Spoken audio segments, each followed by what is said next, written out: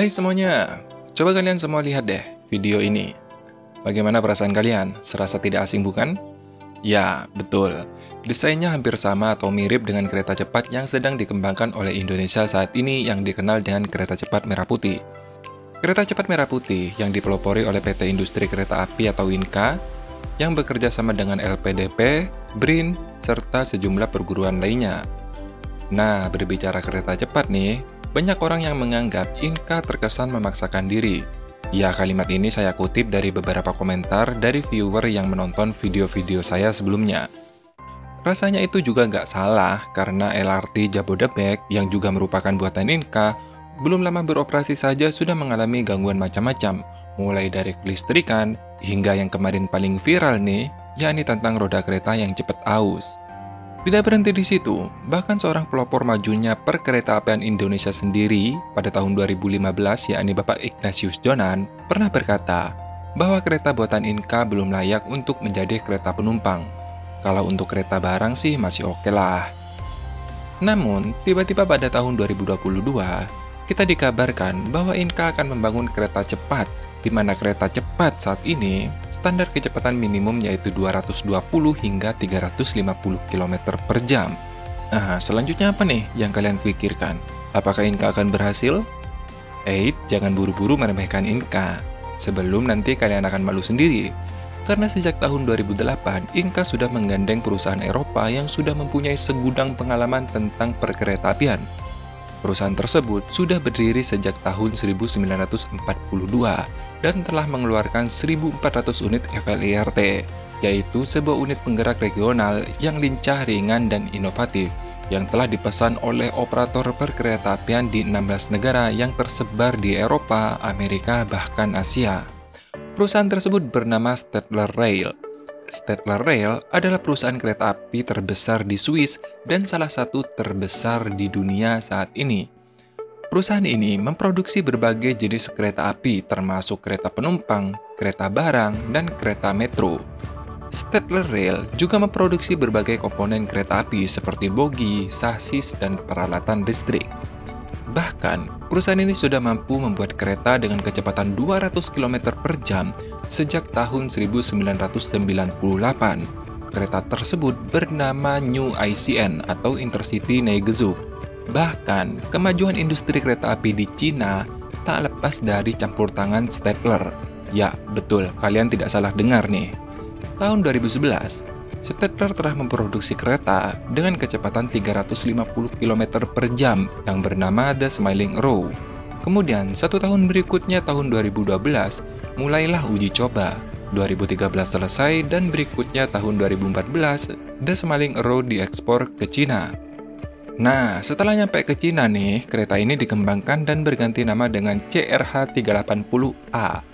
Beberapa teknologi penting yang ada pada The Smiling Arrow seperti sistem penggerak listrik ganda, bogi yang berkecepatan tinggi, dan desain aerodinamis kemudian diadopsi dan ditingkatkan pada CRH380A.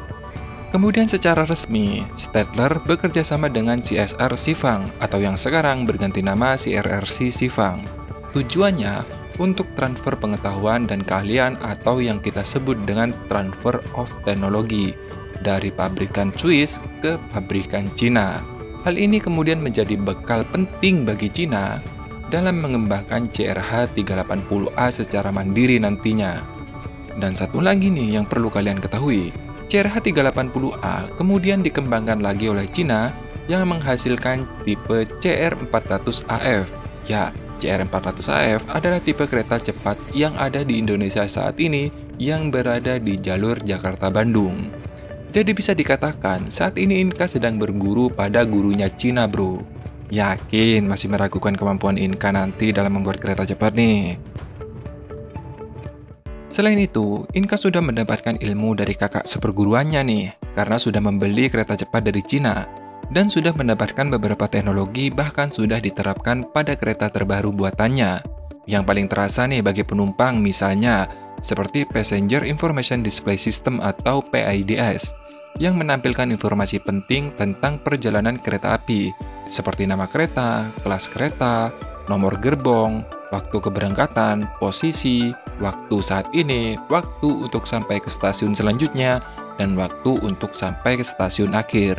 Bahkan seperti detail suhu dan kecepatan pun sudah tersedia dalam kereta buatan Inka pada generasi terbarunya, yakni New Generation. Selain itu, teknologi yang didapat dari Cina ada teknologi konstruksi untuk pembangunan infrastruktur kereta cepat seperti pembuatan jalur rel, terowongan, dan jembatan. Teknologi ini meliputi desain, metodologi konstruksi, dan peralatan yang digunakan. Ada juga teknologi untuk pembangunan dan pengoperasian kereta cepat.